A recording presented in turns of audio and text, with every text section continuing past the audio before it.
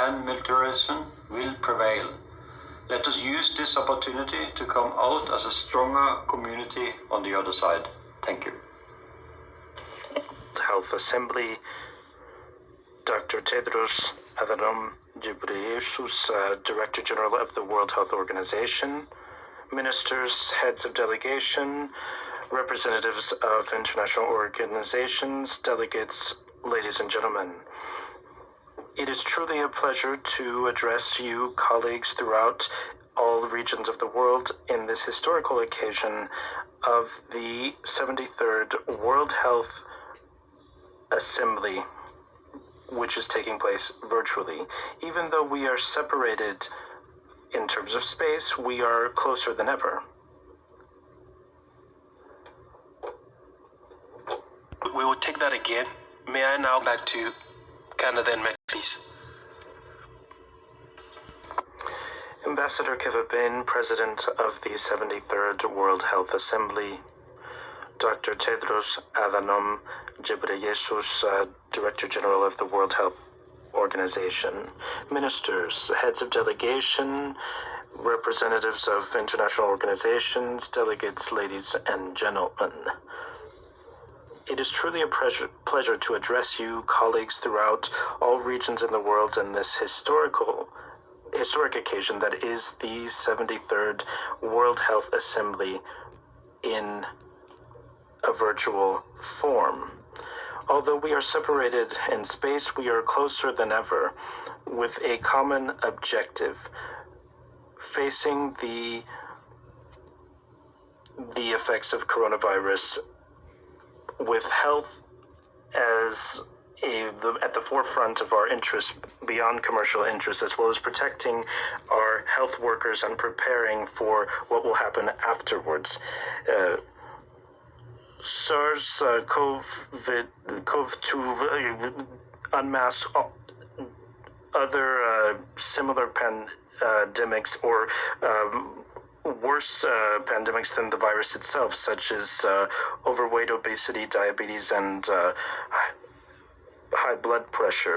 We cannot and we should not return to normal. We have to turn everything around, and there has never been a better time in history to strengthen our efforts in order to ensure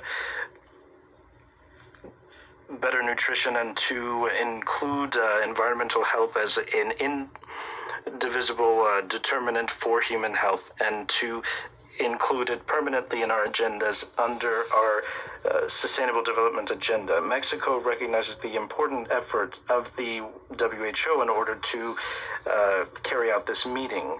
We are convinced that this very complex time we will have the opportunity to guide and coordinate our response on the world level in a coordinated way based on scientific evidence and political will. It has been made clear that we need to consolidate our healthcare systems. It has to be focused on people and guided by principles of justice and solidarity as a basis in order to guarantee health as a right without any type of distinctions. This is the basis in order to strengthen our preparedness vis-a-vis future health threats. Mexico has begun, under the administration of President Andrés Manuel López Obrador, a full-scale transformation of its healthcare system in order to make health a human right and to make this a reality, with a particular focus on primary health care and building a system that has no barriers to accessing care. This has allowed for us to offer a people-friendly response to the pandemic and focus on responding to communities. In this spirit, Mexico is working to respect human rights of the entire population by integrating gender perspective, and we must not allow for COVID-19 to be a factor for discrimination, stigma, or xenophobia, and thus affecting the most vulnerable parts of the population. Furthermore, Mexico would like to highlight the extraordinary work done by health workers to face this crisis. We think that in this year, which is the International Year of Nurses and Midwives, their central